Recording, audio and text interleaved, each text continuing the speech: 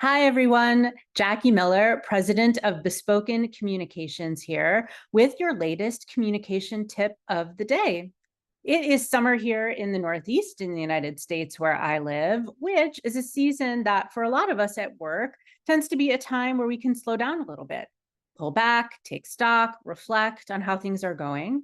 And one large part of reflecting on how things are going is acknowledging how our communication and our collaboration is with the people we engage with every day at work. It can be hard to articulate exactly why communication with one person feels great and with another person feels really challenging. This is where the concept of the four social styles is incredibly valuable. So much so that it is the focus of my next e-learning with Gen Connect, which will be available on LinkedIn Learning in the coming weeks and a variety of other platforms. But until that time, and more about that soon, let's take a quick dive into the social styles to learn more about how they can help us with our communication at work.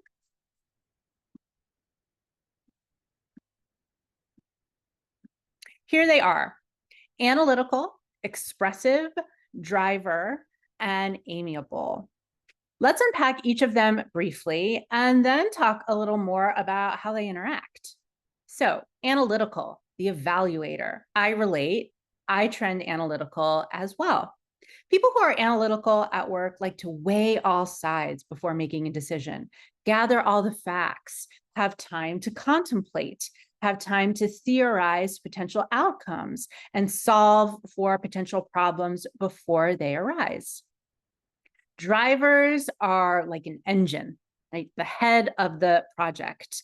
They are doing their best work when they are focused on the next thing. They are good at being efficient.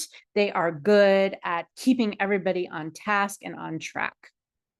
Amiable. Amiable social styles tend to be great listeners. They pick up through a spidey sense, if you will, the energy in the room. How's everybody feeling about this idea? What's everybody's mood around how the project is going, for example? Amiable communicators also tend to be great listeners, and they tend to be the person on the team that in a particularly charged moment, if there's conflict, can be really valuable to lower the temperature. And then we have our expressives. Our expressives tend to be the big idea generators in a room, right? The huge, exciting, new concept bringing folks. Sometimes people who are expressives share the idea without any background, right? So this can be sometimes shocking and surprising for people like, wait a minute, I thought we were going to launch this project in 6 weeks. And they're like, no, we should do it tomorrow. People who are expressives are that spark, and they push people to be more flexible, right? And more imaginative. And also that can come with some challenges as well.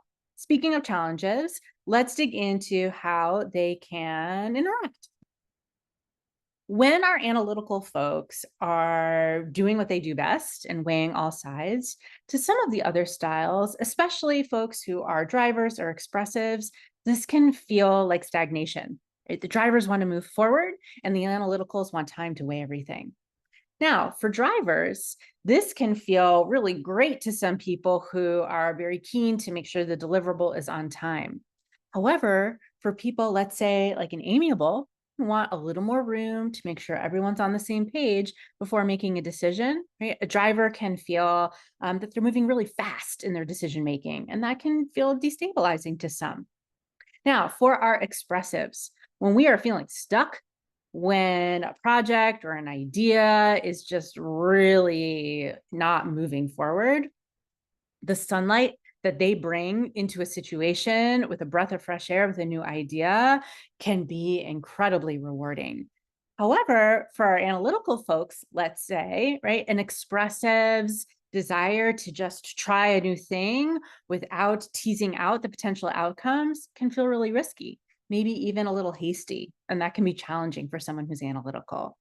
Okay, and then finally, amiable. As I said a moment ago, great listeners, They are the people that folks want to talk to when they're having a problem, to feel seen and heard. And so let's say for our drivers in the group, that can feel really slow.